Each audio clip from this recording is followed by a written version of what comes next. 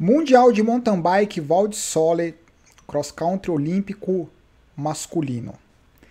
Eu imaginei que teríamos algo surpreendente, foi, mas talvez com mais movimentações, com algo que nós pudéssemos sentar e falar durante horas sobre o Mundial de Mountain Bike. A gente pode falar por muitas horas sobre o quanto surpreendente foi o resultado, mas não tem muito o que falar em relação ao resultado, a performance dos atletas, porque aconteceu algo que, na minha opinião, foi durante a transmissão foi inesperado. Assim como no feminino, conforme as movimentações iam acontecendo, daqui um pouco o cenário muda. Isso é muito prematuro, muito forte, muito cedo, daqui um pouco a situação muda. Não, pelo contrário, a situação não mudava. A grande expectativa em relação ao resultado, a torcida, era em relação ao Avancini, que vocês podem ver no print. Em relação ao short track, que eu acho que foi um resultado fantástico, eu acho que o americano teve uma performance surpreendente, mas em relação à participação da Avancini, a estratégia e etc., eu acho que talvez a percepção que eu tenho é que nada poderia ser diferente e foi muito bom. Em relação à prova olímpica, a grande falta se é que a gente pode considerar a falta do short track, foi o Schurter e o Flückiger, que resolveram se concentrar no olímpico. E eu gosto dessa questão de se concentrar numa prova, porque se a gente for imaginar, fazer um paralelo, por exemplo, com o atletismo, os 10 mil metros e os 5 mil metros, eles têm importâncias distintas. Existem alguns atletas que participam das duas competições, mas são duas provas que vivem de forma independente, com expectativas independentes.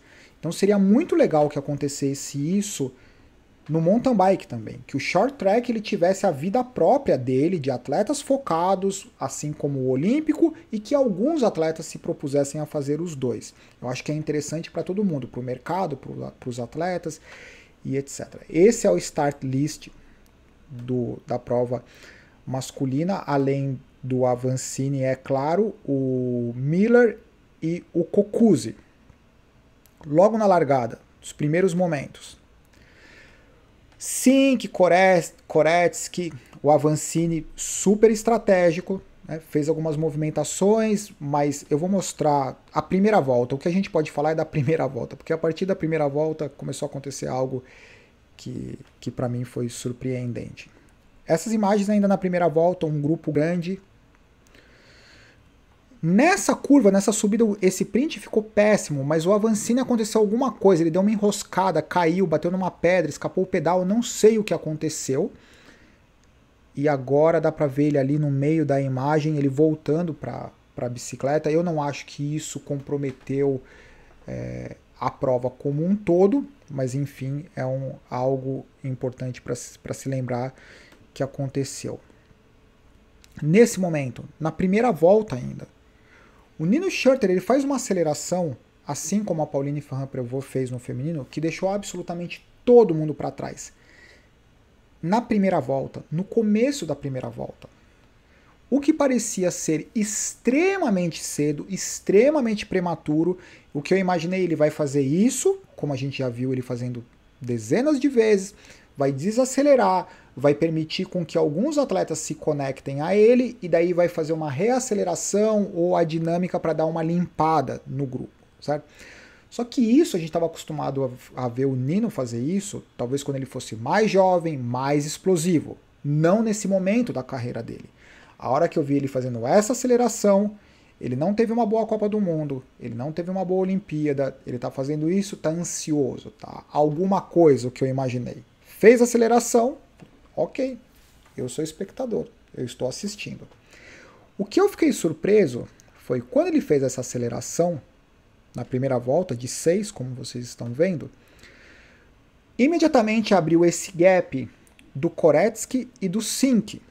Né? E lá atrás, vocês estão vendo o Avancini e o Flückiger e mais um atleta, mais um suíço.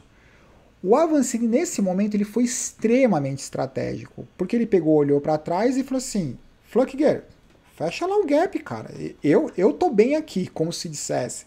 Né? Ele não fez uma aceleração desesperada para fechar do Sink e do Koretsky. Quando eu vi isso, eu falei assim, algo bacana, algo especial. Qual foi o resultado? Tá vendo? Por isso que eu fiz questão de dar vários prints na primeira volta, porque foi aonde aconteceu alguma coisa. Vocês perceberam que agora o Avancini está atrás do Flückiger? Então, o que aconteceu? O grupo, aconteceu isso com o grupo. O Nino, que tinha uma grande vantagem por conta da aceleração, chegou o grupo chegou no Nino, com o Koretsky, com o Sink, com o Flückiger e com o Avancini. Eu tive a impressão que essa movimentação, especialmente do Avancini, foi estratégica. Não é que ele estava sofrendo, não é que ele estava... Ele falou assim, essa movimentação do Nino é muito prematura, eu não vou fazer força para fechar, deixa alguém fechar. Fecharam, certo? Até aí, tudo perfeito. Qual foi a surpresa a partir desse momento? O Flückiger, o Sink, o Koretsky, todo mundo ficou junto. Mas imediatamente após esse momento que estavam todos juntos, mais uma aceleração do Nino. E quem foi junto com ele? O Flückiger. Então, na verdade, foi uma combinação de aceleração, reaceleração do Flückiger com o Nino. Eles se destacaram desse grupo que ficou atrás, incluindo o Avancini. A partir desse momento, segunda volta, Nino e o Flückiger começaram a trabalhar juntos. Apesar de serem dois atletas da mesma nacionalidade, o Nino com o histórico dele, o Flückiger com a recente performance dele.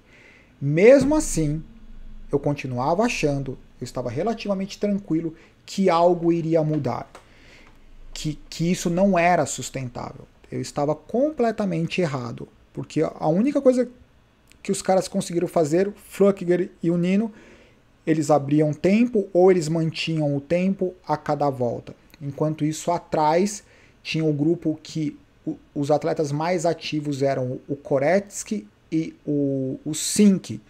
E daí, num determinado momento, o Avancini sobrou um pouco desse grupo.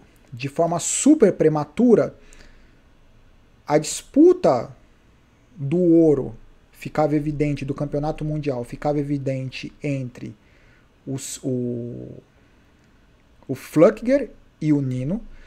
Eu acho que o Flückiger ele fez mais força, ficou muito tempo fazendo força, talvez confiando da performance dele das últimas competições, imaginando que o Nino estava se segurando na roda dele. E eu acho realmente que o Nino estava se segurando na roda dele.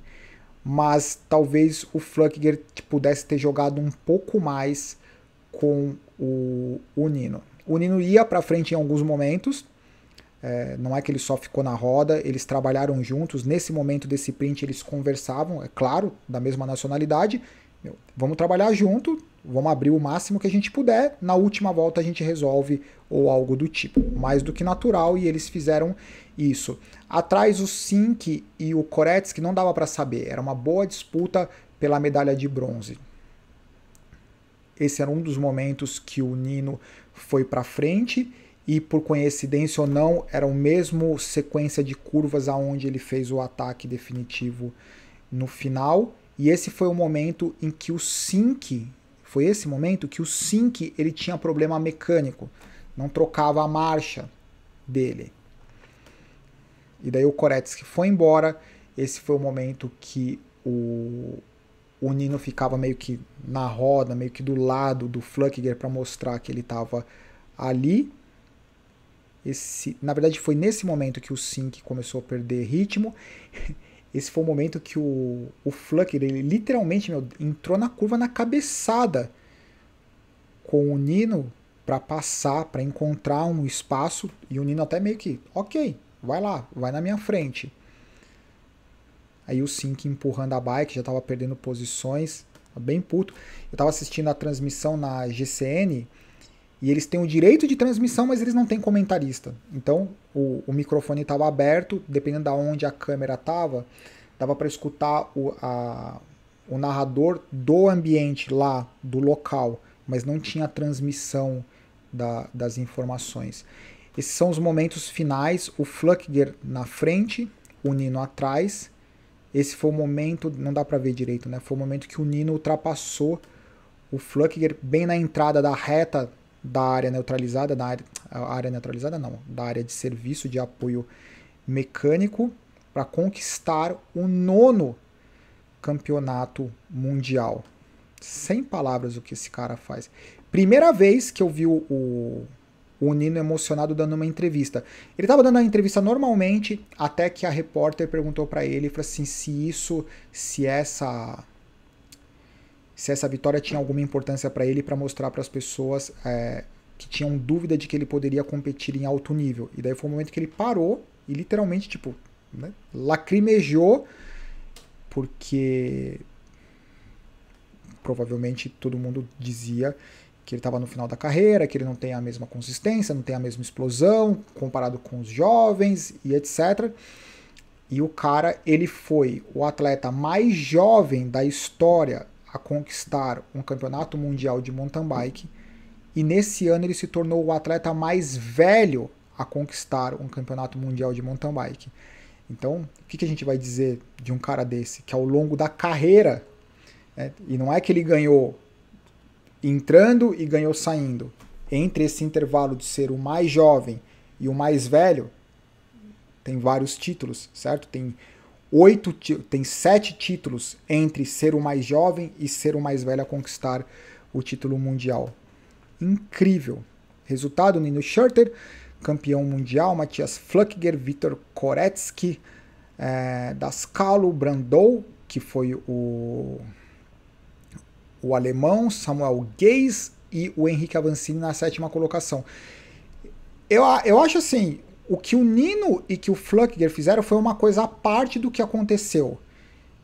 Eu acho que o que eu posso basear é o seguinte, o que eu acho que aconteceu na primeira volta foi interessante, todo mundo meio estratégico, e eu acho que ninguém imaginou que o Nino, nesse momento da carreira dele, fazendo aquela aceleração agressiva, que ele conseguiria manter junto com o Flückiger durante 5 voltas um gap entre todos os outros atletas. Foi realmente algo inexplicável, surpreendente.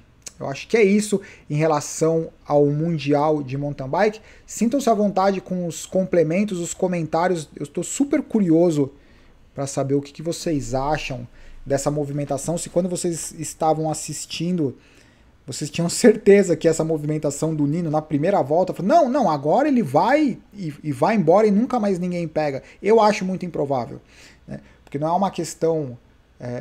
É uma questão da lógica, da dinâmica do que está acontecendo na prova nesse momento, né? E a gente considerar até mesmo as características, a idade, o que tem acontecido nas últimas provas, sair, fazer uma aceleração dessa na primeira volta, sustentar e ganhar, sustentou e chegou em terceiro, sustentou e chegou em quarto, é uma coisa. Fazer a movimentação, sustentar e ganhar é outra história completamente diferente. E ele disse que essa é a vantagem de ser veterano. Daí ele começou a citar vários momentos que ele tentou no Mundial, que ele tentou atacar no final da subida, né? Tentar atacar no final da subida para abrir um gap, e ele falou que não deu certo. Ele falou assim, dessa vez eu preciso fazer algo diferente. Eu preciso ultrapassar, eu preciso atacar em um momento inesperado. Foi isso que ele fez. Para quem assistiu, ele atacou numa curva onde acho que o Flückiger nem imaginava. E assim como eu nunca tinha visto o Nino chorar, o Flückiger estava em prantos. Eu acho que ele estava inconformado com o que tinha acontecido em relação ao campeonato mundial.